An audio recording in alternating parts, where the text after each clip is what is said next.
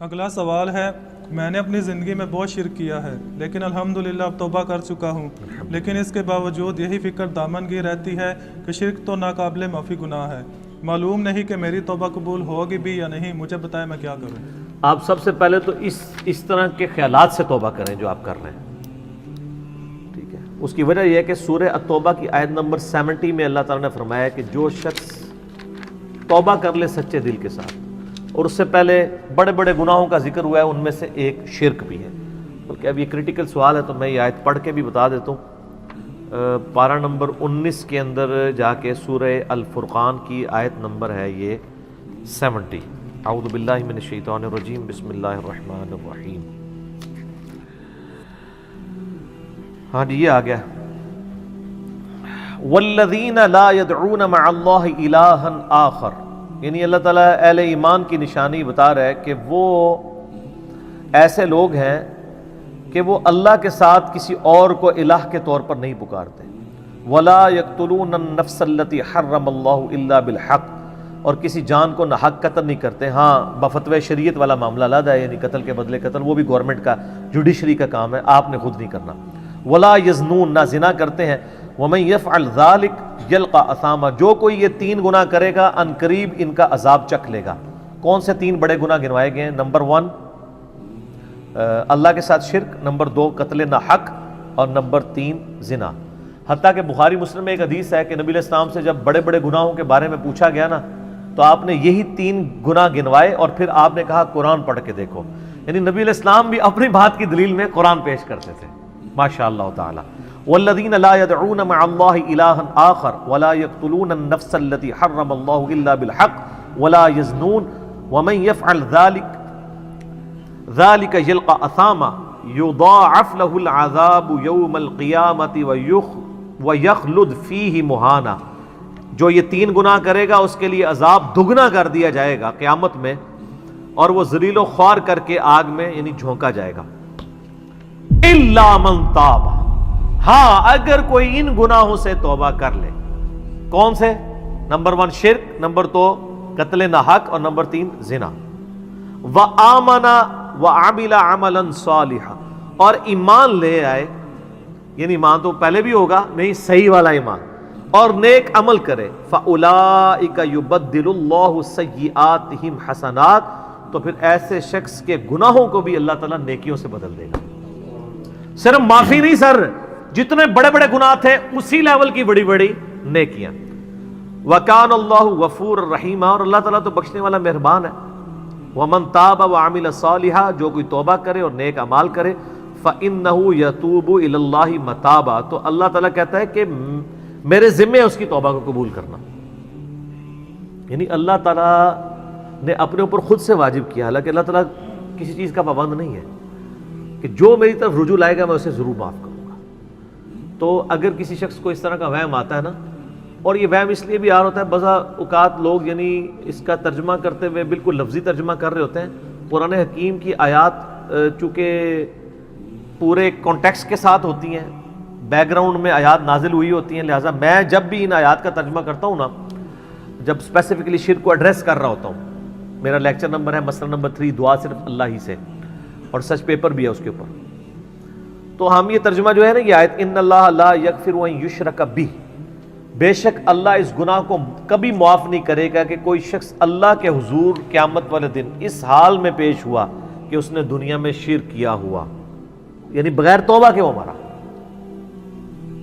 وَيَغْفِرُ مَا دُونَ ذَلِكَ لِمَن يَشَاءُ، اور شرک کے علاوہ ہر گناہ معاف کر دے گا، وہ بھی اوپن لائسنس نہیں، جس کے لیے چاہے گا۔ یعنی جو شخص شرک سے توبہ کیے بغیر گیا نا، اس کی تو توبہ ہے ہی نہیں قیامت میں۔ ہاں دنیا میں کر گیا وہ معاملہ علیحدہ ہے، قیامت میں اللہ سے اس حال میں ملا کہ اس نے دنیا میں شرک کیا ہوا اور توبہ نہیں کی ہے، تو اللہ تعالیٰ اس کا گناہ معاف نہیں کرے گا۔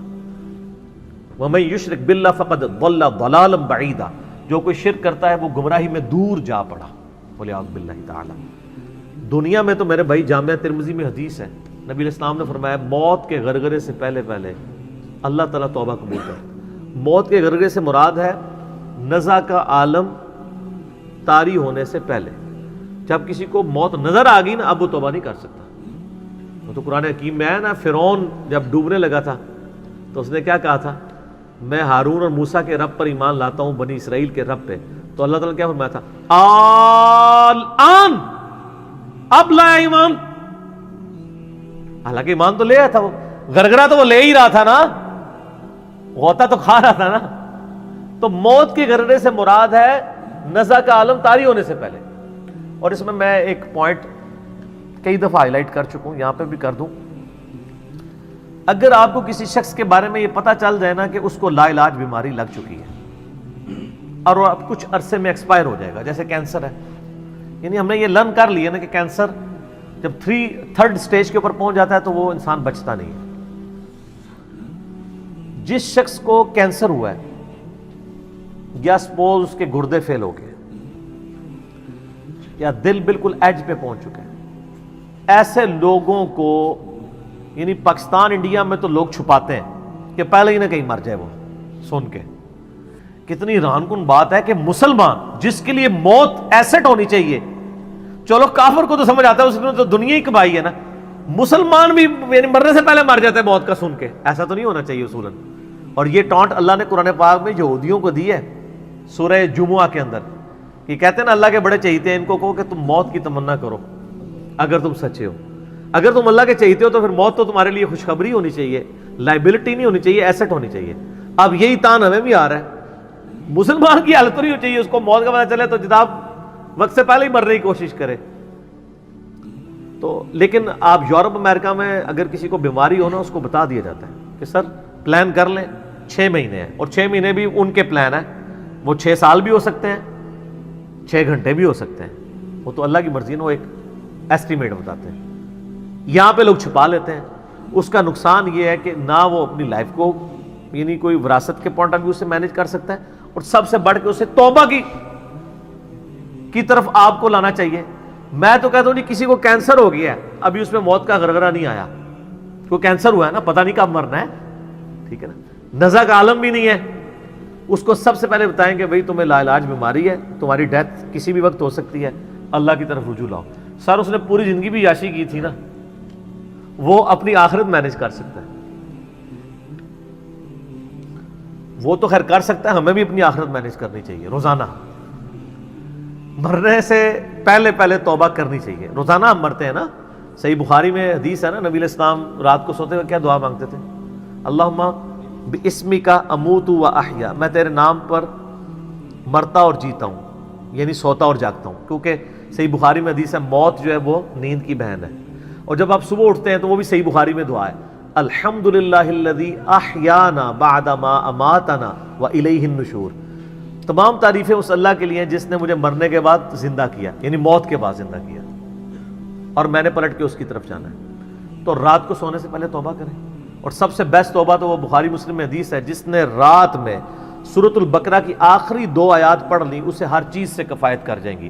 آمن الرسول بما انزل الیہ من ربہ والمؤمنون کل آمن باللہ وملائکتہ وکتبہ ورسلہ لا نفرق بین احد من رسلہ وقالوا سمعنا واطعنا غفرانک ربنا والیک المصیر لا یکلف اللہ نفسا الا وسعہا. آنورڈ.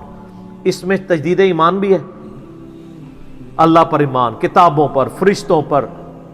اس کے بعد دعائیں ہیں، ربنا لا تؤاخذنا ان نسینا واخطانا. اس کے اندر توبہ شامل ہے. سب سے بیسٹ تجدید ایمان جو ہے سورہ بقرہ کی آخری 2 آیات ہیں. اور یہ ہمارے وظیفے میں ہم نے بلو کارڈ کے اوپر بھی لکھا ہے کہ نبی علیہ السلام نے فرمایا، اور یہ حدیث بخاری مسلم دونوں میں، جو شخص رات کو سونے سے پہلے سورۃ البقرہ کی آخری 2 آیات پڑھ لے، اس میں جو کچھ اللہ سے مانگا ہے وہ اس کو دے دیا جائے گا. یہ بھی الفاظ ہے. تو اس میں کیا کچھ مانگا ہوا ہے؟ تو تجدید ایمان. پھر صحیح بخاری میں حدیث ہے کہ نبی علیہ السلام فرمایا جو صبح یقین کے ساتھ 1 دفعہ پڑھ لے، سید الاستغفار، اور شام سے پہلے اگر مر گیا سیدھا جنت میں جائے گا. اور اگر شام کو پڑھ لیا پورے یقین کے ساتھ، یقین سے مراد ہے کہ باقی توبہ کا اس کا ارادہ ہوا، صبح سے پہلے مر گیا سیدھا جنت میں. اللہم انت ربی لا الہ الا انت خلقتنی وانا عبدک وانا علی عہدک ووعدک ما استطعت اعوذ بک من شر ما صنعت ابوء لک بنعمتک علی وابوء بذنبی فاغفر لی فانہ لا یغفر الذنوب الا انت. یہ سید الاستغفار ہے. تو یہ وہ ہے توبہ جو روزانہ کرنی چاہیے، نزا سے پہلے پہلے، یعنی صبح پہ پڑھے، شام کو پڑھے۔ بلکہ مسند البزار میں صحیح سند کے ساتھ ہے کہ نبی صلی اللہ علیہ وآلہ وسلم ہر فرض نماز کے بعد بھی سید الاستغفار پڑھتے تھے، ہر فرض نماز کے بعد۔ ایک تو ہم پڑھتے ہیں نا اللہ اکبر استغفر اللہ استغفر اللہ استغفر اللہ اللہم انت السلام ومنک السلام تبارکت یا ذا الجلال والاکرام، اس کے بعد آپ سید الاستغفار آیت الکرسی بھی پڑھیں۔ آیت الکرسی کے بارے میں بھی آیا ہے سنن نسائی الکبریٰ کے اندر صحیح سند کے ساتھ، ہم نے گرین کارڈ میں ڈالا ہے کہ جو شخص آیت الکرسی فرض نماز کے فوراً بعد پڑھے گا مرتے ہی جنت میں جائے گا۔ لیکن نماز پڑھے گا، خالی آیت الکرسی نہیں، نماز کے فوراً بعد، تو نماز بھی اس کو پڑھنا چاہیے۔ تو اس طرح یعنی تجدید ایمان والا یہ معاملہ بھی کرنا چاہیے، اور یہ وہم ہی نہیں بننا چاہیے کہ اللہ تعالیٰ معاف نہیں کرے گا۔ صحیح بخاری اور مسلم دونوں میں حدیث ہے کہ میں اپنے بندے کے گمان کے قریب ہوں، جو بندہ میرے لیے گمان کرتا ہے میں ویسا ہوں اس کے لیے۔ جو شخص یہ کہتا ہے اللہ مجھے معاف نہیں کرے گا تو اس کو واقعی اللہ معاف نہیں کرے گا، اور جو کہے گا کہ اللہ تعالیٰ مجھے معاف کر دے گا اسے اللہ معاف کر دے گا۔ تو انشاءاللہ تعالیٰ یہ کبھی ایسا نہیں کرنا چاہیے اللہ تعالیٰ سے نا امیدی والا معاملہ۔ آپ اپنے رب کے وعدوں پر، نبی صلی اللہ علیہ وسلم کے وعدوں پر یقین رکھیں کہ جس شخص نے سچے دل سے توبہ کی ہے اس کی نہ صرف توبہ قبول ہوگی سورۃ الفرقان آیت نمبر 70 کے تحت، بلکہ اس کے گناہوں کو بھی نیکیوں سے بدل دیا جائے گا۔ تو اللہ تعالیٰ رجوع لانے والوں کو پسند فرماتا ہے، بار بار رجوع لاتے رہنا چاہیے، اللہ تعالیٰ سے اپنے آپ کو آزاد نہیں کرنا چاہیے۔ نیکی کی ہو یا نہ کی ہو، گناہ کیا ہو یا نہیں کیا، یہ علیحدہ سے بات ہے۔ نبی علیہ السلام سے بڑھ کر کون نیک ہو سکتا ہے؟ صحیح بخاری میں حدیث ہے کہ میں بھی روزانہ 70 سے زیادہ دفعہ اپنے رب کی طرف استغفار لے کے آتا ہوں، استغفر اللہ و اتوب الیہ، نبی علیہ السلام۔ اور یہ 70 کا عدد آپ نے کثرت کے لیے بولا ہے۔ عربی میں 70 کا مطلب 70 ڈیجٹ نہیں ہوتا، 70 کا مطلب 1000 دفعہ بھی ہو سکتا ہے، 10,000 دفعہ بھی ہو سکتا ہے، 100 دفعہ بھی ہو سکتا ہے، کثرت کے لیے بولا جاتا ہے۔ تو استغفار تو بندے کی ضرورت ہے، یہ اللہ سے ایک نیکی ہے، اور ہر چیز کے ساتھ استغفار اٹیچ ہے۔ آپ دیکھیں کہ محفل سے اٹھنے کی جو دعا ہے اس میں استغفار ہے، سبحانک اللہم و بحمدک اشہد ان لا الہ الا انت استغفرک و اتوب الیک، سنن نسائی میں حدیث ہے۔ پھر سنن نسائی الکبریٰ میں حدیث ہے کہ نبی علیہ السلام وضو کے بعد بھی یہ دعا پڑھتے تھے، سبحانک اللہم و بحمدک اشہد ان لا الہ الا انت استغفرک و اتوب الیک، اور فرمایا یہ پڑھ لو تو یہ اللہ تعالیٰ قیامت کے دن تک کے لیے اس کو سنبھال کے رکھ دے گا، تمہیں اس کے عوض نیکیاں ملیں گی۔ ٹھیک ہے نا؟ تو رجوع اللہ، استغفار، ہر وقت اللہ کی طرف رجوع لاتے رہنا۔